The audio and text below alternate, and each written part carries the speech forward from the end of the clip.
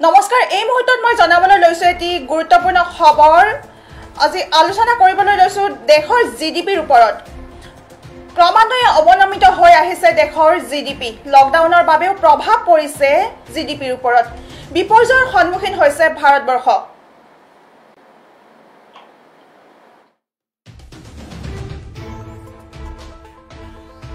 ক্ৰমান্বয়ে অৱনমিত হৈ আহিছে দেশৰ জিডিপি লকডাউনৰ বাবেও প্ৰভাৱ পৰিছে দেশৰ জিডিপিত বিপৰ্যয়ৰ সন্মুখীন হৈ আহিছে ভাৰতবৰ্ষ বাংলাদেশতকৈও পিছুৱাই যাব ভাৰতৰ অৰ্থনীতি ৰাহুল গান্ধীয়ে তীব্ৰ সমালোচনা কৰিছে মোদী চৰকাৰে কি ব্যৱস্থা ল'ব জিডিপিৰ ওপৰত সেয়া হ'ব গুৰুত্বপূৰ্ণ এই মুহূৰ্তত মই সংযুক্ত হ'ম পিআই নিউজৰ কাৰ্যবাহী সম্পাদক নৱজ্যোতি কলিতাৰ সৈতে নৱজ্যোতি কলিতাই কি মন্তব্য কৰিব এই মুহূৰ্তত নৱজ্যোতি কলিতা মই এই মুহূৰ্তত আপোনাৰ পৰা জানিব বিচাৰিম জিডিপিৰ ওপৰত আপুনি কি মন্তব্য কৰিব বিচাৰে দেশৰ জিডিপি ইতিমধ্যে ক্ৰমান্বয়ে অৱনমিত হৈ আহিছে সেই বিষয়ে জিডিপিৰ ওপৰত আপুনি কেনেকুৱা ধৰণৰ মন্তব্য প্ৰদান কৰিব বিচাৰে নৱজ্যোতি কলিতা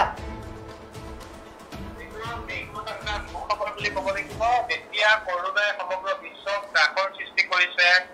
তাৰ সাক্ষাৎতে লকডাউন আৰু lockdown 1 lockdown 3 unlock 1 unlock 2 unlock 3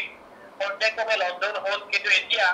যে প্ৰেক্টিকেল বাস্তৱ সত্যটো হৈছে জিডিপি অৰ্থাৎ আন্তঃৰাষ্ট্ৰীয় পৰ্যায়ত ভাৰতবৰ্ষৰ জিডিপি ইমানেই কমি আহিছে যে কমি যাৱাৰ সম্ভাৱনা হৈ পৰিছে আগতীয়াভাৱে প্ৰকাশ কৰা অনুসৰি যে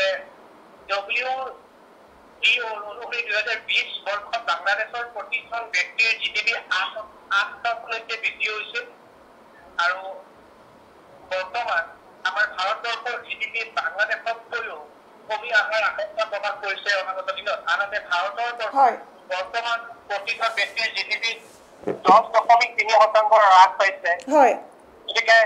এক প্ৰকাৰৰ অতি দুখৰ সংখ্যা আৰু ভাৰতবৰ্ষৰ এই সংখ্যাটো বিগত 4 বছৰত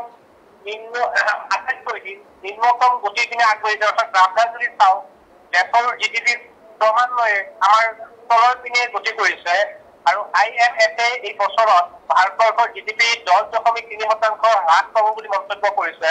ৰাজনৈতিক ক্ষেত্ৰখনৰ কথা মই নকয় কিন্তু IMF বছৰি ভাৰতবৰ্ষৰ জিডিপি 10.3% হ্ৰাস পাব বুলি মন্তব্য কৰিছে নিম্নগামী হ'ব বুলি মন্তব্য কৰিছে দেশৰ জিডিপি আমাৰ ভাৰতবৰ্ষৰ দেশৰ জিডিপি 10.3% হ্ৰাস পাব পূৰ্বতকৈ আৰু এইখিনি সময়ত দেশে বিশ্বই কৰোনাৰ সৈতে যুঁজ দি আছিল দুখৰ বিষয়টো হৈ পৰিছে যে বাংলাদেশৰ জিডিপি বৃদ্ধি কৰিব অৰ্থাৎ বাংলাদেশৰ দৰে এখন সৰু দেশ এখনৰ বা বাংলাদেশৰ দৰে এখন য'ত উন্নয়ন বা ডেভেলপমেণ্টটো কম বুলি কৈ থকা হয় কিন্তু ভাৰতবৰ্ষৰ জিডিপি এতিয়া বাংলাদেশতকৈও কমি আহিব নেকি সম্ভাৱনা হৈছে আৰু আন্তৰ্জাতিক বিত্তীয় পুঁজিৰ এক প্ৰতিবেদনে এই সমগ্ৰ বিষয়বস্তু আনিছে যে আন্তৰ্জাতিক বিত্তীয় পুঁজিখনৰ প্ৰতিবেদন অনুসৰি বাংলাদেশৰ বেছিৰ প্ৰতি মুঠ ঘৰুৱা উৎপাদন ভাৰতবৰ্ষক অতিক্ৰম কৰিবলৈ সাজু হৈছে অৰ্থাৎ আন্তঃৰাষ্ট্ৰীয় যি বিত্তীয় পুঁজি এই পুঁজি অনুসৰি বাংলাদেশৰ প্ৰতিজন ব্যক্তিয়ে ঘৰুৱা উৎপাদন এই উৎপাদন ভাৰতবৰ্ষৰ ঘৰুৱা উৎপাদনতকৈ বৃদ্ধি হৈছে বাংলাদেশৰ ঘৰুৱা উৎপাদন যাৰ ফলস্বৰূপে তেওঁলোকৰ জিডিপি বাংলাদেশৰ জিডিপি ক্ৰমান্বয়ে উন্নত হ'ব ধৰিছে আৰু ভাৰতবৰ্ষ নিম্নগামী হৈ পৰিছে আৰু আন্তৰ্জাতিক মুদ্ৰা নীতিৰ WTO অনুসৰি কোৱা অনুসৰি 2020 বৰ্ষৰ বাংলাদেশৰ প্ৰতিজন ব্যক্তিৰ জিডিপি 8%লৈকে বৃদ্ধি হৈ 1888 হ'ব বুলি আশা প্ৰকাশ কৰিছে আনহাতে ভাৰতবৰ্ষৰ প্ৰতিজন ব্যক্তিৰ জিডিপি 10.3% হ্ৰাস হৈ $1877 হোৱাৰ আশংকা কৰিছে অৰ্থাৎ ভাৰতবৰ্ষৰ হ্ৰাস আৰু সেই সময়তে বাংলাদেশৰ 8% বৃদ্ধি আৰু ভাৰতবৰ্ষৰ এই সংখ্যাটো বিগত 4 বছৰ ধৰি ক্ৰমান্বয়ে নিম্নগামী হৈ পৰিছে আমি যদি গ্ৰাফডাল চাওঁ হয় নৱজ্যোতি কলিতা আপুনি এই মুহূৰ্তত আপুনি ৰাজনীতিৰ কথা যদি কোৱা হয় বিজেপি চৰকাৰক আপুনি কেনেদৰে ক'ব বিচাৰে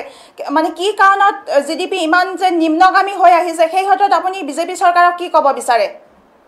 মূল কথাটো হৈ পৰিছে যে অকল এখন চৰকাৰক যোগ দিলেও নহ'ব জিডিপিৰ তথ্যপথত যদি চাওক আমাৰ উন্নয়ন বা ডেভেলপমেণ্ট বা কোনো এটা ক্ষেত্ৰখনত আমাৰ ভাৰতবৰ্ষ আন্তঃৰাষ্ট্ৰীয় পৰ্যায়ত আগবাঢ়িব পৰা নাই দ্বিতীয় কথা ভাৰতবৰ্ষৰ ঘৰুৱা উৎপাদন শূন্য তৃতীয় কথা ভাৰতবৰ্ষৰ যিটো হাৰত আমাৰ সংস্থাপন হ'ব লাগিছিল উদ্যোগ বৃদ্ধি হ'ব লাগিছিল সেই হিচাপত হোৱা নাই আৰু তাৰ উপৰিও শেহতীয়াভাৱে কৰোনা আৰু লকডাউন বৃহৎ ক্ষতি কৰিছে অসমৰ লগতে ভাৰতবৰ্ষৰ প্ৰেক্ষাপটত আমি জিডিপিৰ কথা পাতি কৰি আছো তাৰ মূল কাৰণটো হৈছে লকডাউন আৰু লকডাউনৰ পিছত চৰকাৰ প্ৰশাসনৰ যিখিনি গৃহীত ব্যৱস্থা আপুনি এই মুহূৰ্তত ক'ব বিচাৰিলে কি যে অপৰিকল্পিত লকডাউনৰ ফলত হয় অপৰিকল্পিত লকডাউনৰ ফলত জিডিপি নিম্নগামী হোৱা বুলি আপুনি ক'ব বিচাৰে নেকি অপৰিকল্পিত লকডাউন এটা প্ৰথম কথা আৰু দ্বিতীয় কথাটো হৈছে যে ভাৰতবৰ্ষৰ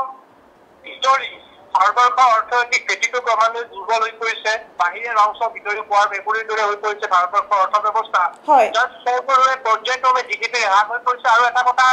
স্পষ্ট যে এই কৰোণা বা লকডাউনৰ এটা এফেক্ট নকৰোৱা নহয় কিন্তু তাৰ পৰ্যায়ক্ৰমে ভাৰতবৰ্ষৰ বিকল্প নীতি বা ভাৰতবৰ্ষৰ জন আয় যি হ'ব লাগিছিল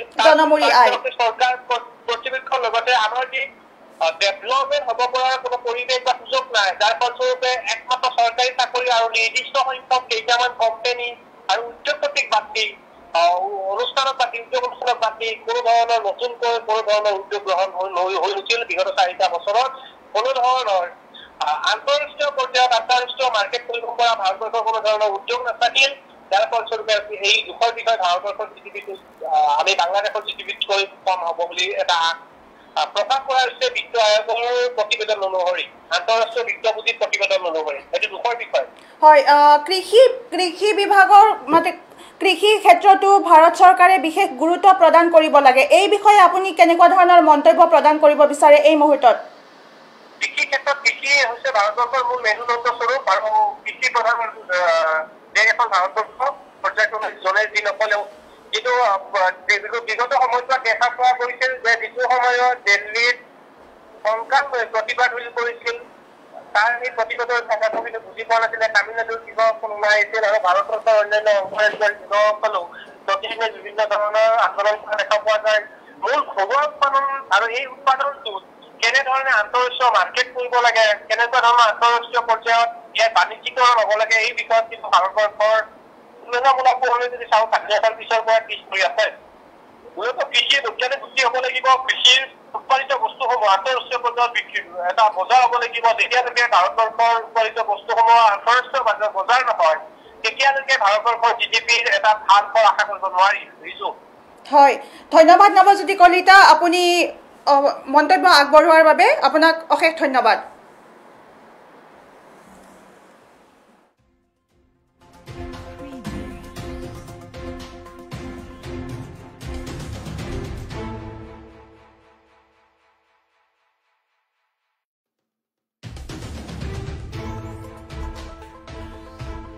এই খবৰটোৰ লগে লগে মই ৰিজু ষ্টুডিঅ'ৰ পৰা বিদায় লৈছো পৰৱৰ্তী বাতৰিৰ বাবে চাই থাকিব PI নিউজ ৰাইজৰ দ্বাৰা ৰাইজৰ বাবে ধন্যবাদ